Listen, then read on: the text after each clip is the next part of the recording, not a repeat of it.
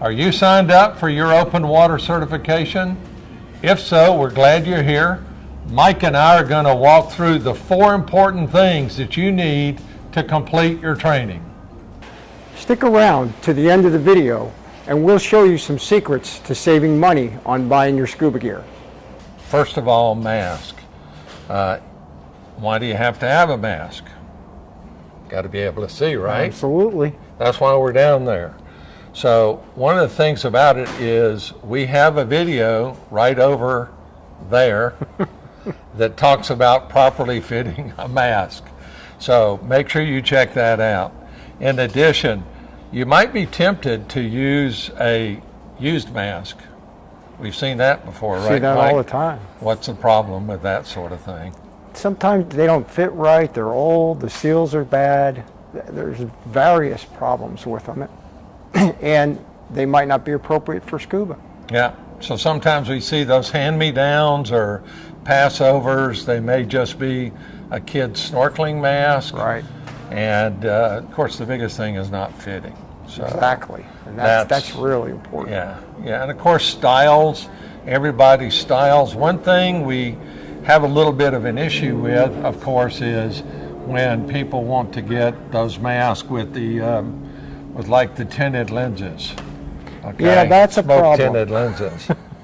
As instructors, we want to see the students' eyes because we're really reading their body language through their eyes. Right. I mean, we can see how they look, and they all look marvelous down there, but we can't see how they feel. And when we see their eyes bug open or we see that their eyes are relaxed, then that's how we tell how they're doing down there, right? Right, absolutely. Okay. As far as mask goes, that's a real important fact for us. Now for the second item that you're going to need, Mike, snorkels. Tell us a little bit about snorkels. Why do we need them? Well, it's a good thing to have to preserve your air. So if you're on the surface and you want to put your face down, you don't want to hold your breath. Right. Just put that snorkel in your mouth, huh? Right. Okay. Now, I noticed that your snorkel end looks different from mine. Yeah, they're a little different. This one is open on the end, and that one has, you can even hear it if you shake it, there's a little flap valve on the end that will help keep it semi-dry. So when you go down under the water, that flap closes and helps prevent water from getting in the top of the snorkel. Now, I'm guessing this is where we connect it to the mask, right? Yep. What's the key to attaching it to the mask? The key to this, and everybody asks me that when we're teaching, is to get the holder over both straps in between the buckle on the frame of the mask and the strap holder behind it. Okay, it goes on the left side, right? Correct, on the left side. Drag around to the right, snorkel on the left side. Okay, all right. And I'm understanding that the new ones have this little purge valve jobber-doober. Yeah, that's really nice because it helps you clear the water in the bottom of the snorkel as well as blowing it out the other end. Okay, and these have the new silicone mouthpieces on it, right? Which is really nice. They're softer than some of the older ones. Yeah. So that's item number 2. We're going to move on to 3 now. So the third thing is you got to get around down there.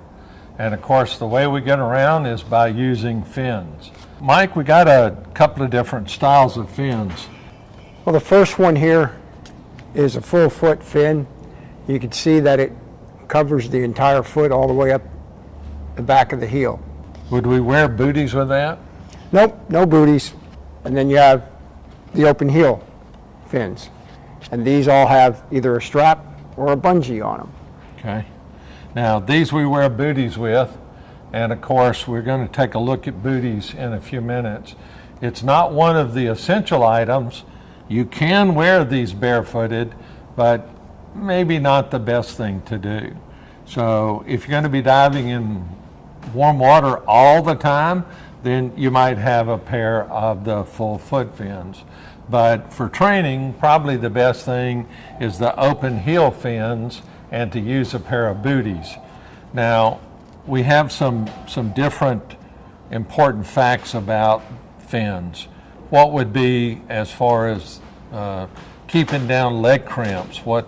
How would we protect ourselves from that? Well, you want to buy a fin that has reasonable power, but is not so stiff that you're having to work really hard and you end up giving yourself leg cramps because you're working too hard. Okay. So when we check stiffness on that, how would we check it?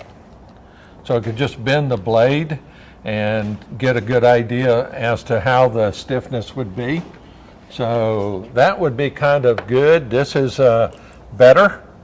So if we pull down on the stiffness on this, you can see this is quite a bit more resistant than that particular fin right there. That happens to be an oceanic fin. This is a Maury's fin, but different manufacturers have different levels of fins or different stiffnesses of fins. And what you got there is what? This is a Scuba Pro Nova. Okay. And you can see that this is a pretty stiff stiff fin. Pretty orange too. Yeah. Yeah.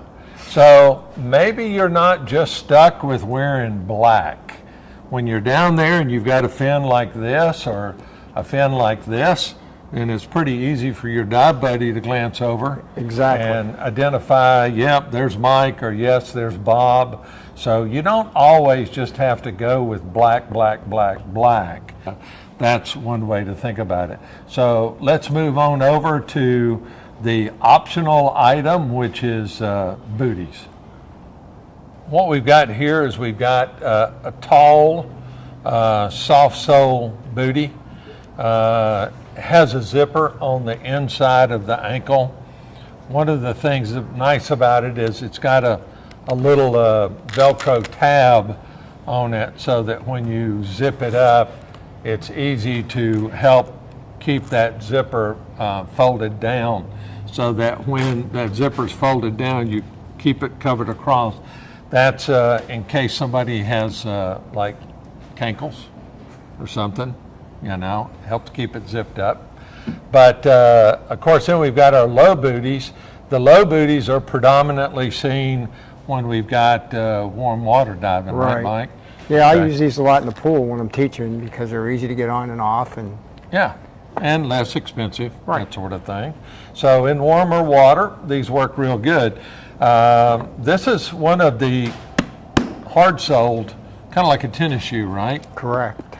And this would really protect your feet from like what? Well, from gravel and getting on and off the dive boat, or going up the ladder. Going up the ladder, yeah. Sea urchins, you know, all kind of stuff like that.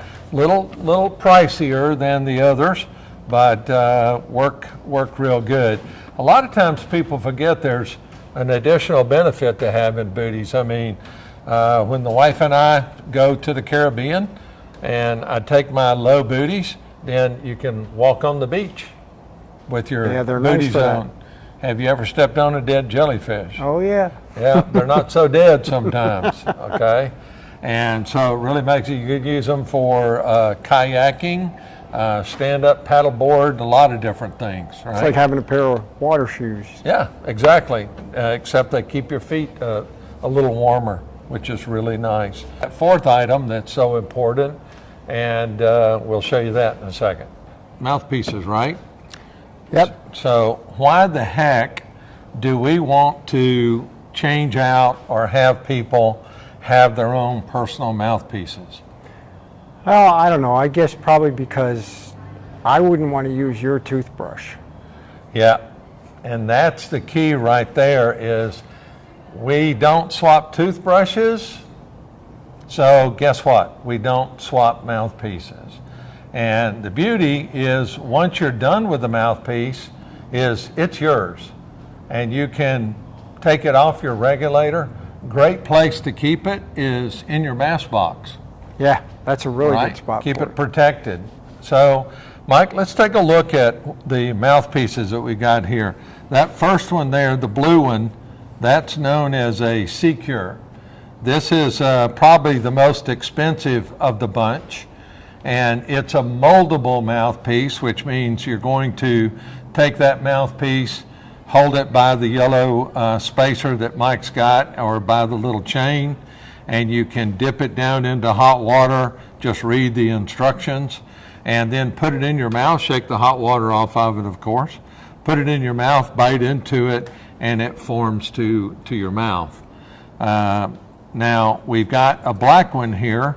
This is made by a different company, and this black one is also a moldable mouthpiece, and you can tell we're big on molded mouthpieces. And a lot of times people don't realize the benefit of a molded mouthpiece is that when you've got it in your mouth, there's very little effort to keep the regulator in your mouth. Right. I don't have to bite as hard as I used to, and I found that after I started using a molded mouthpiece that the other ones are uncomfortable to me. Yeah.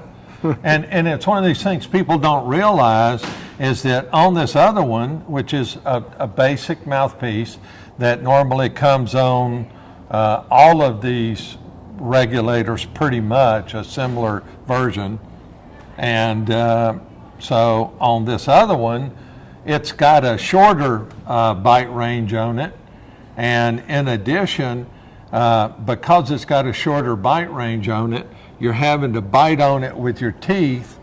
And a lot of times people actually find it's harder to equalize when you're clamping down your teeth. That's true. With this particular mouthpiece. It's a little easier when you use the other ones.